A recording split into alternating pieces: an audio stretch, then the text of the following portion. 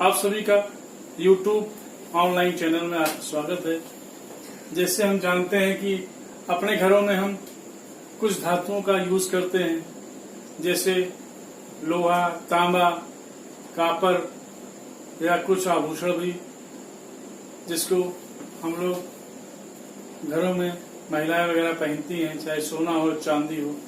तो ये सब जो धातुएं होती हैं ये हमें प्रकृति से शुद्ध रूप से नहीं मिलते, ये अयस्क के रूप में मिलते हैं।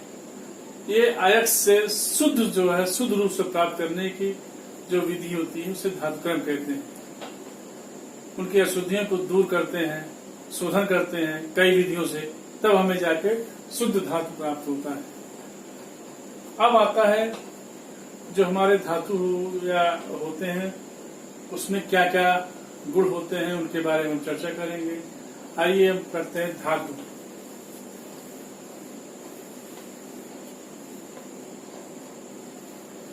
धातुओं के बारे में कहा गया है कि ये इनमें एक गुण होता है, चमक होती है। तो वो चमक कौन सी है? धातुओं में एक विशेष प्रकार की चमक होती है जिसके कारण हम इसको उपयोग में लेते हैं। इस चमक के कारण इसका आभूषण वगैरह बनता है, या इसी चमक के कारण सोना, चांदी आदि धातु का उपयोग हम जेवर के रूप में कर सकते हैं। हम कर सकते हैं इसमें एक धात्विक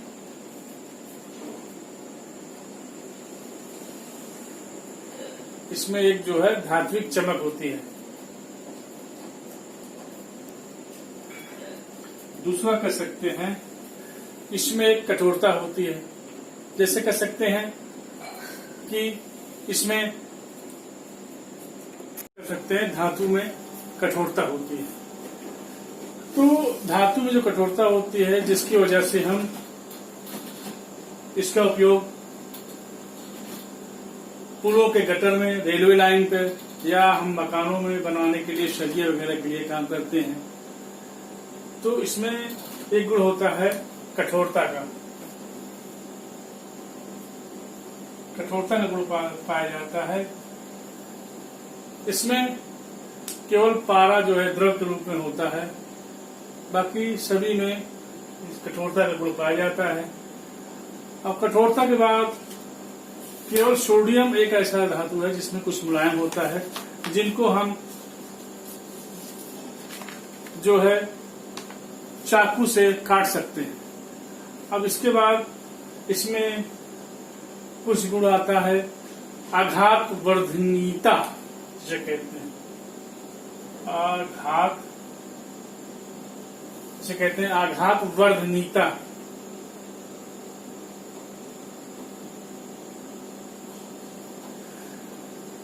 इसमें क्या होता है, जैसे आप लोग कभी भी ये होता है कि लोहे का कोई सामान हो, चाहे खुरपी हो, फावड़ा हो, उसको आप ले जाते हो लोहार के यहाँ, तो लोहा उसे पीट कर उसको चौड़ा कर देता है। यानी ये धातुएं आघात पहुंचाने पर ये चद्दर या आदि के रूप में ये फैल सकती है, चद्दरों का रूप भी ले सकती हैं।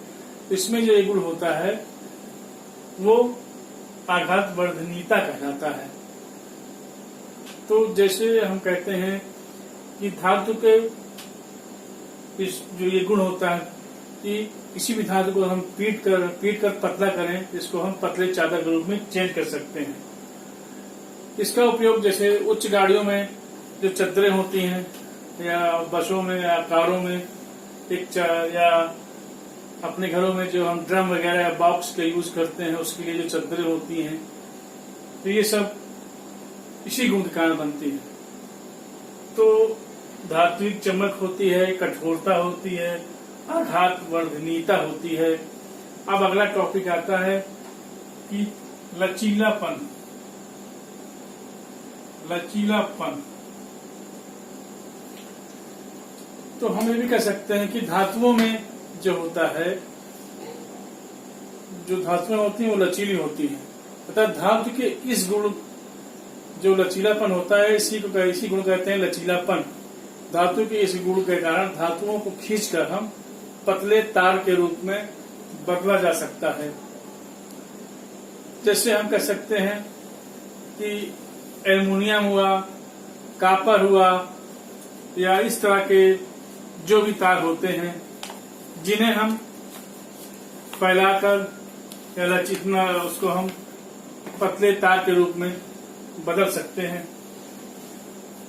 इसमें यदि सोना सबसे ज्यादा होता है, सोने का बहुत लंबा तार हम बना सकते हैं कम क्वांटिटी में, लेकिन ये कॉस्टली होता है। ज्यादातर हम यूज करते हैं कॉपर का, लेकिन अब कॉपर भी महंगा हो गया, तो अब ज्यादातर लोग तारों में एल्युमिनियम का यूज करने लगे हैं। तो ये तार ये जो बनाते हैं, ये इनका एक गुण जो दिखाता है वो लचीलापन कहलाता है। और क्या इसमें गुण है? इसके अलावा जो गुण है पांचवा, कि ये बिजली या उष्मा का सुचालक होता है। ये कह सकते हैं कि ये उष्मा का सुचालक होता है।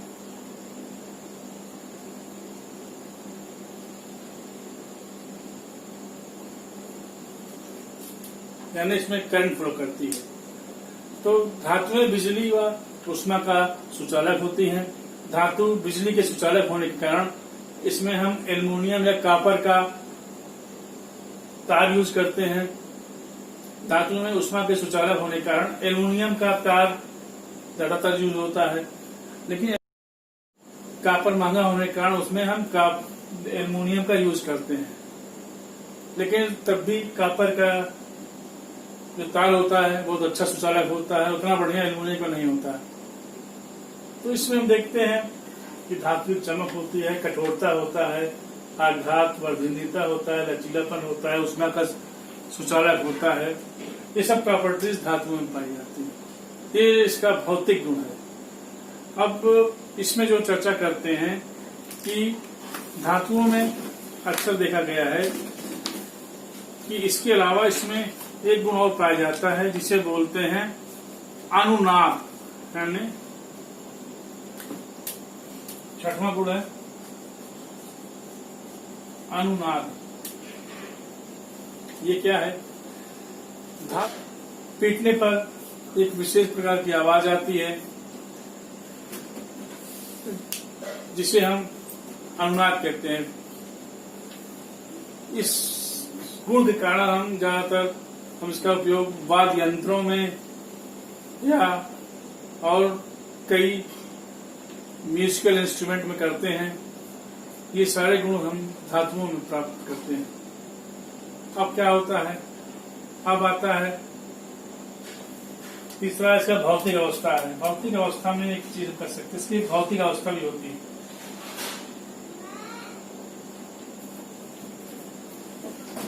भौतिक अवस्था में कर सकते हैं कि सभी धातुएं समानता ठोस होती है। केवल पारा एक ऐसा होता है, ये द्रव अवस्था में पाया जाता है। तो हम कह सकते हैं सभी धातुएं ठोस होती हैं केवल पारा को छोड़कर। अब आता है इसका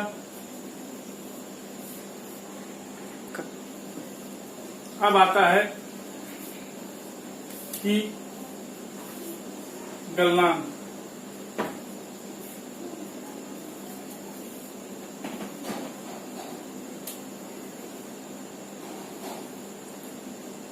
तो इसमें एक गुण गलनांक या क्वथनांक भी इसमें होता है। धातुओं का जैसे हम कह सकते हैं धातुओं का गलनांक तथा क्वथनांक बहुत ज्यादा होता है धातुओं में, लेकिन गैलियम एक धातु होता है जिसका गलनांक मेल्टिंग पॉइंट काफी कम होता है। गैलियम का जो मेल्टिंग पॉइंट होता है ये बहुत कम होता है। अब क्या होता है कि इसे समान ताप में ये गैलियम वगैरह जो होते हैं जितना कम होता है ये समान ताप पे ही गल जाता है। ये इसके क्वथनांक या गलनांक हो गए।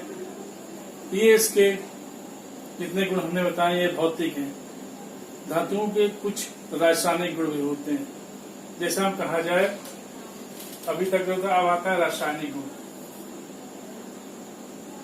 रासायनिक गुण में क्या केमिकल प्रॉपर्टीज में क्या क्या आता है, उसके बाद रिएक्शन से क्रिया करती है, ऑक्सीजन से क्रिया। जैसे हम कोई धातु लेते हैं, मैग्नीशियम है,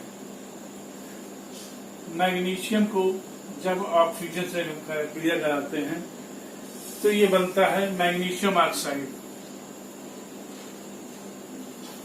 ये बनता हमारा है मैग्नीशियम ऑक्साइड, मैग्नीशियम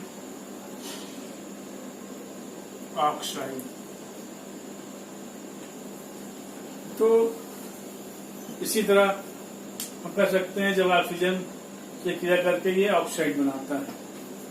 इसी तरह धातुएं जल से भी क्रिया करती हैं। जैसे कहा जाए सेकंड पॉइंट, इसमें एक चीज और है, सोडियम एक ऐसा पदार्थ है जिसे हम खुला नहीं रह सकते। सोडियम हुआ या पोटेशियम हुआ, ये कमरे के समान ताप पर जो है बहुत अधिक क्रियाशील हो जाती हैं।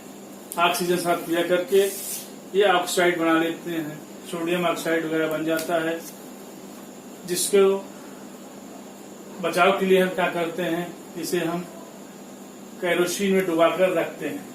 इसको हम किसमें डुबा देंगे, कैरोसिन में। इसमें डुबा के रखने पर इसमें हवा नहीं लगेगा, ये क्रिया, ये ऑक्सीजन नहीं पाएगा तो क्या होगा, क्रिया नहीं करेगा। दूसरा आता है जल के साथ क्रिया।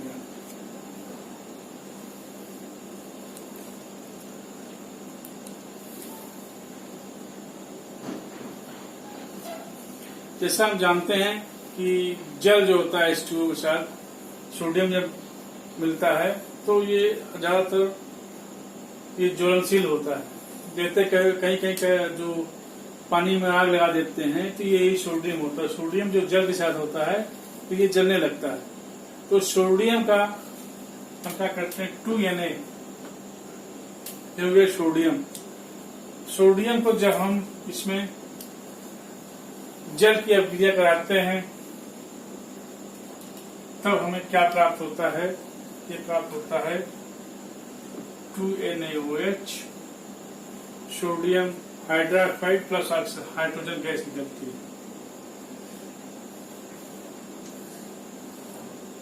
तो इस क्रिया में ये जल से अभिक्रिया करने के बाद सोडियम हाइड्रोक्साइड या हाइड्रोजन गैस बनाता है। अब हम चर्चा करते हैं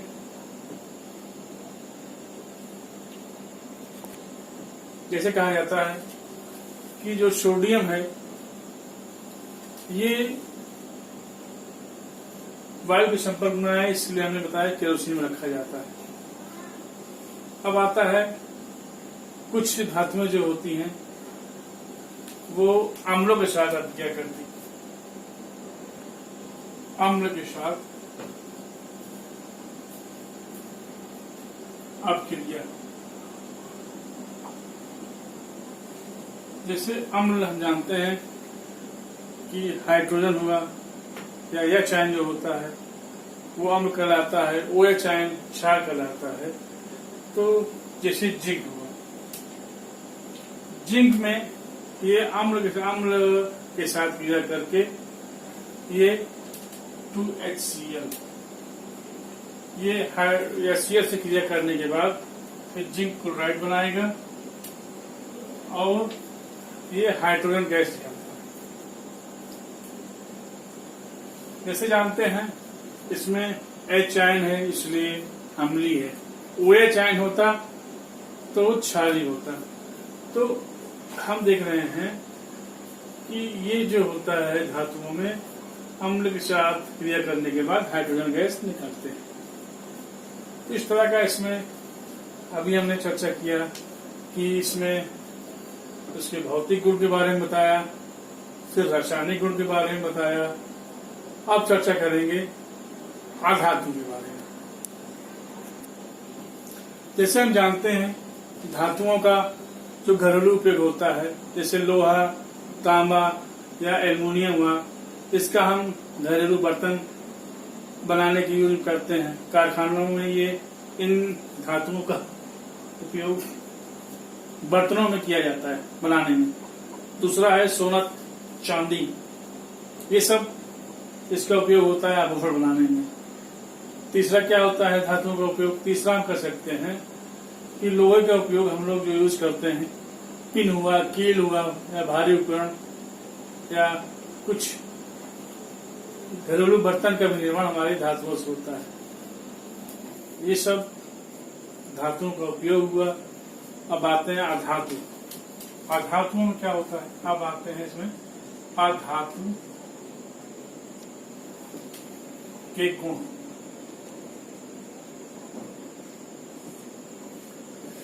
अधातुओं में जैसे कहा जाए कार्बन हुआ, ये सब, इन सबों में चमक नहीं होती, तो कह सकते हैं पहला चीज आता है चमक।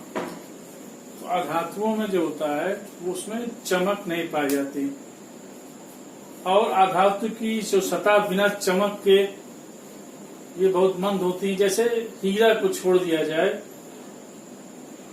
जो कार्बन का एक रूप होता है जो चमकीला होता है, तो बाकी चीजें चमकती नहीं।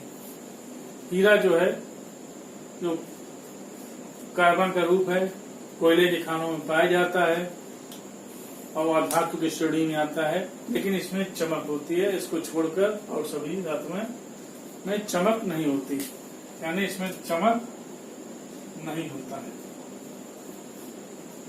दूसरा क्या होता है, चमक के अलावा उसमें कठोरता देखते हैं।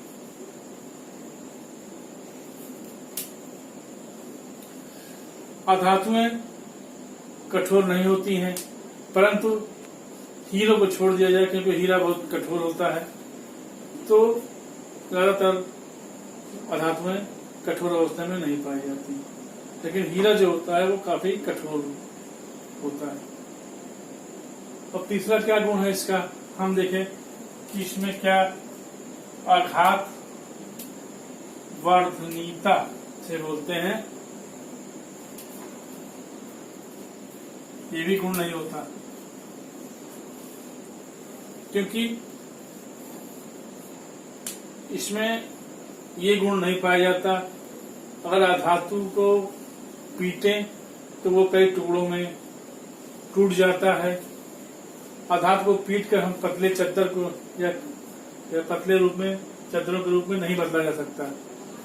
अब अगला आता है इसमें, क्या इसमें लचीलापन होता है। चौथा आता है लचीलापन।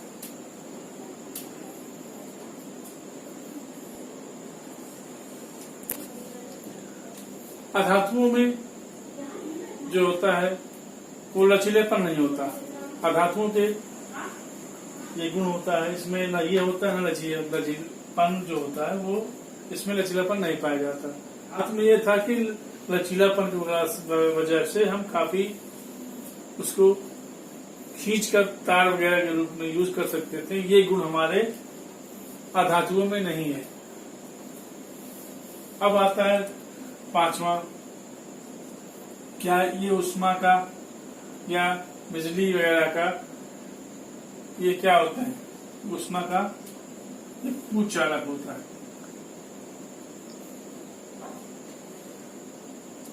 यानी कि इसमें बिजली वगैरह का फ्लो नहीं होता, ये उष्मा का कुचालक होता है।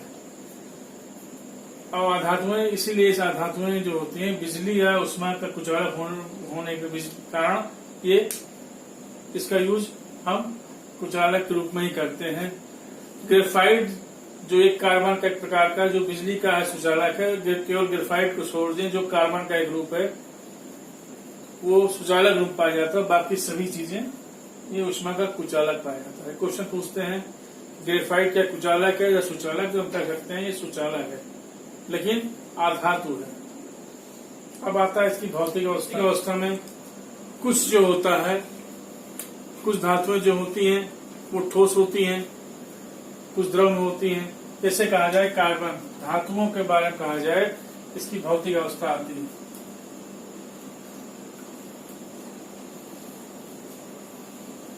इसमें कार्बन जो होता है वो ठोस अवस्था में होता है,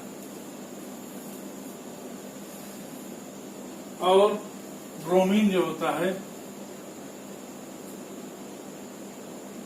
वो द्रव अवस्था में होता है। और इसी तरह हम कर सकते हैं ऑक्सीजन वगैरह हुआ, जो गैस है। तो ब्रोमीन जो एक आध्यात्मिक तत्व है जो समान तापमान पर भी द्रव अवस्था में रहता है। इसमें एक इसका प्रॉपर्टीज होता है। हीरा जो कार्बन का रूप है वो भी ठोस होता है।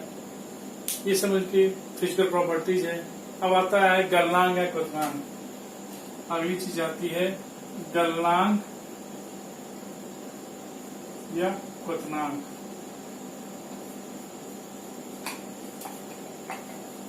धातुओं का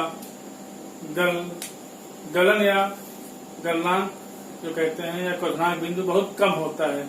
केवल हीरा एक ऐसा अधातु है जो कार्बन का एक प्रकार है जिसका गलनांक बहुत अधिक होता है। तो हम आज चर्चा किए कि धातु क्या है, अधातु क्या है, धातु के गुण क्या है, अधातुओं क्या गुण है, इन पे आज चर्चा किया।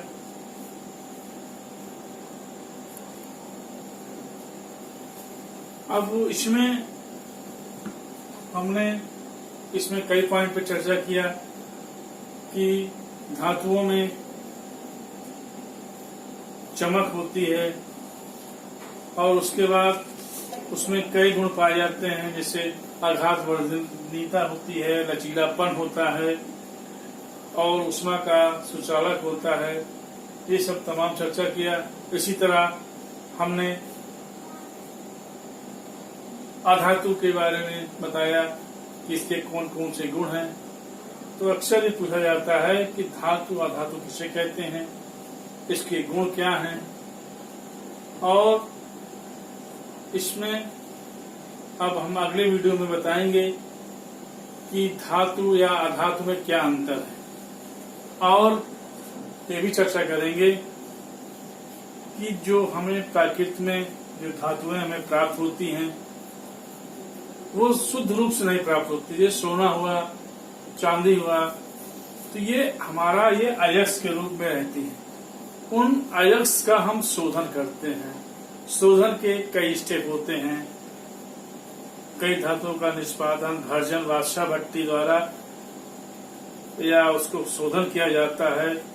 जब तक वो 99% शुद्ध नहीं हो जाती तब तक उसका शोधन करते हैं। तो अयस्क से शुद्ध धातु प्राप्त करने की जो क्रिया होती है शोधन की, यही कहलाती है धातुकर्म।